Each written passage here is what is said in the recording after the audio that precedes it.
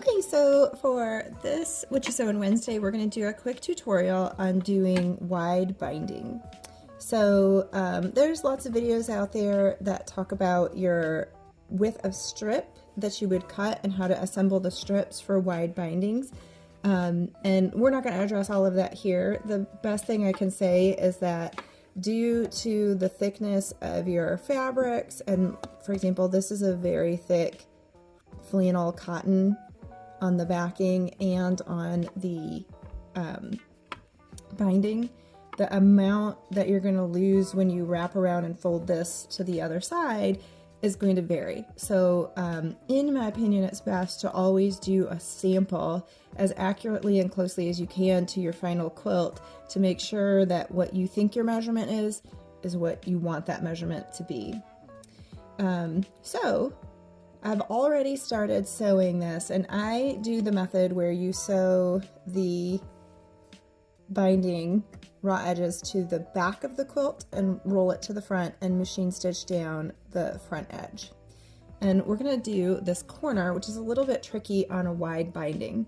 So the first thing that I did as I was approaching the corner is this is a 1.5 inch binding, and that's the visible part of the binding that will be showing. It also is from the seam line to the edge of where I have trimmed. And you will notice when I flip this over, you only see batting here because I have trimmed away from the top quilt, which is back here, to give me enough backing and batting to fill the binding. I like a nice full binding. I don't like the batting to end where my seam allowance does, and then the rest of the binding is just sort of loose and floppy hanging out there. So everything except the top quilt is continuing out to what will be the final finished edge of the quilt and the edge of the nice full batting and binding. So it's 1.5 inches to the stitch line here, which is the final width of my binding that I'll do. It's 1.5 inches back, and I had marked that with a pin, and I sewed and I stopped my needle where I had put that pin. So here we are. The next step is to lift your presser foot, and there's a lot of bulk here, and we will turn this quilt. Sorry, I've got my camera where my hand wants to be. And I'm going to, I have my needle position. This is like 0 seam allowance here, and I'm going to aim the corner of this quilt on my 0 stitch line and sew 45 degrees off. So my binding raw edges stop way back here, and this is all the way out to the corner. This is a little bit of a, I like to have this nice 45 degree line here, and it helps as a guide, and to me it helps keep this corner together and a little bit tidy. So I'm just sewing on a 45 out to the corner, which, yes, is way past the edge of my binding edge. So I'm knotting there. I have cut. I'm going to pull this out. Oops, it would help if I did all that. Okay. So here is what we've got. My binding has been sewn down. I've got my 45 degrees sewn off, and this is going to be somewhat familiar to a normal binding, but when you're wide and you have all this excess here, there's a little trick to it. So normally when you do a typical width binding, your seam allowance and your edge of your binding and your edge of your cut quilt, all of that ends at the same place.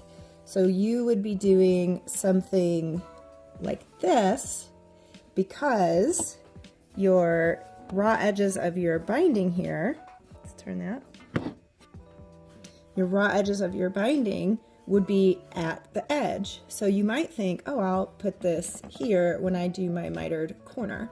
Well, this needs to be covered and wrapped and enclosed by your binding as well. So instead of putting your fold here, you are going to put it way up here. at the edge of the quilt. So even though the edges of my binding are way back here, you have to imagine that you have 1.5 inches of wasted fabric here and that you put your raw edges up here.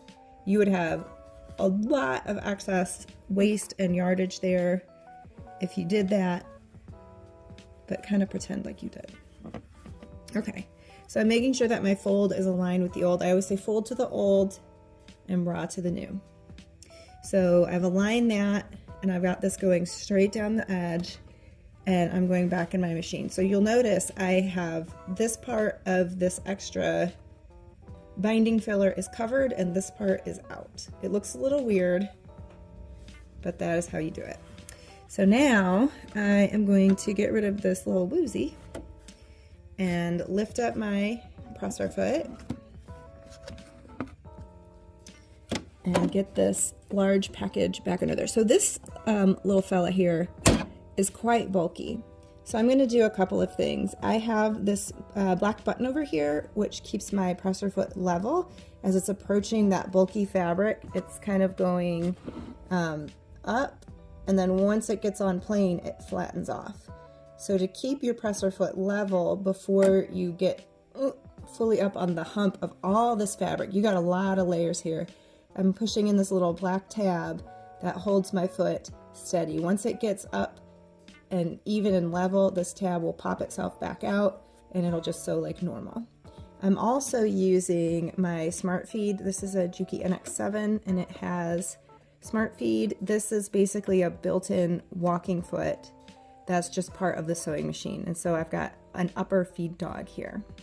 Same as a walking foot, but it's built into my machine. I have a magnetic seam guide here, and I have this set at the finished width that I want my binding to be, which is 1.5 inches. So from the needle to the edge of this fabric is 1.5 inches. And then my recommendation is that whatever your seam allowance is, from the edge of your binding to your stitch line, in my case it's 3/8, use a foot that exactly matches your seam allowance. So as I get sewing, let's hit this, get a few stitches in, let it grab. I've only got to watch 2 things. I want the edge of my quilt, the finished edge, to brush this seam guide, and I want the edge of my binding to brush the edge of my foot. Then I only have 2 things to watch. Keep an eye on both of them, make small smooth adjustments continuously back to that perfect stitch position. Remember, you're not sewing out the perfect stitch position, you're continually sewing toward the perfect stitch position with small smooth adjustments, sewing closer and closer to the perfect stitch as you go along. So my position of this binding strip, I'm using the edge of my foot to know where to place my raw edges of my binding strip.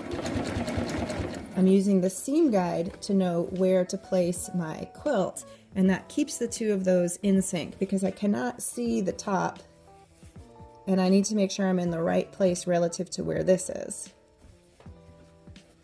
And without seeing that, I'm relying on my measurements and I'm relying on my 2 guides and adjusting that back towards perfect as I go along.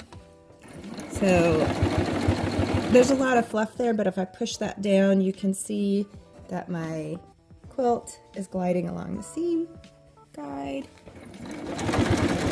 And at the same time, I'm adjusting the edge of my binding to the edge of my foot. If you prefer a different seam allowance from the edge of this binding to your seam line, I recommend that you find a foot that matches that. And you have 2 quick and easy visual guides. And you'll just continue on and attach the binding as you normally would using that simple trick in the corner.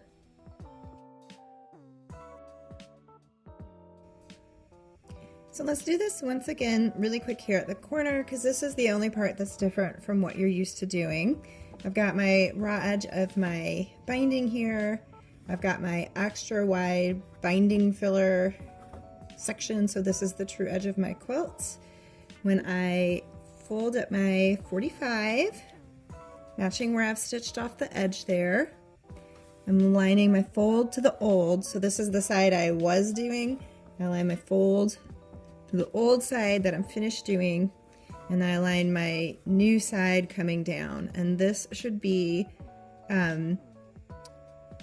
from the sew line 1.5 inches to the edge, so from my sew line to this 3/8. So get that all nicely lined up, and then you'll continue sewing down the new side.